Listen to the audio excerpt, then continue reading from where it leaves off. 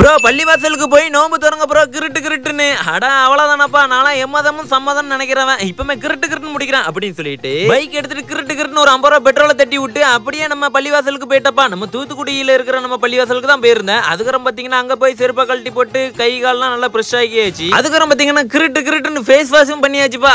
அதுக்கப்புறம் என்ன உள்ள போக வேண்டியதான் சொல்லிட்டு உள்ள போயாச்சு. அப்படியே உள்ள போய் உட்காந்துட்டு கொஞ்ச நேரம் ஓதிட்டு இருந்தப்பா. அதுக்கப்புறம் பாத்தீங்கன்னா அவங்க கொடுத்திருந்த பேரிச்சம்பளத்தை எடுத்து சாப்பிட ஆரம்பிச்சிட்டேன். ரொம்ப டேஸ்டாவே இருந்துச்சு. பேரிச்சம்பளம் சாப்பிட்டு முடிச்சுட்டு அப்படி கிருட்டு கிருட்டுன்னு தண்ணியும் குடிச்சாச்சுப்பா. அதுக்கப்புறம் பாத்தீங்கன்னா அவங்க கொடுத்திருந்த நோம்பு கஞ்சி எடுத்து குடிக்க ஆரம்பிச்சிட்டோம். சும்மா சொல்லக்கூடாதுங்க, வேற லெவல்ல இருந்துச்சு. அதுக்கப்புறம் பாத்தீங்கன்னா கூடவே வெங்காய வடையும் துவையலும் கொடுத்திருந்தாங்க.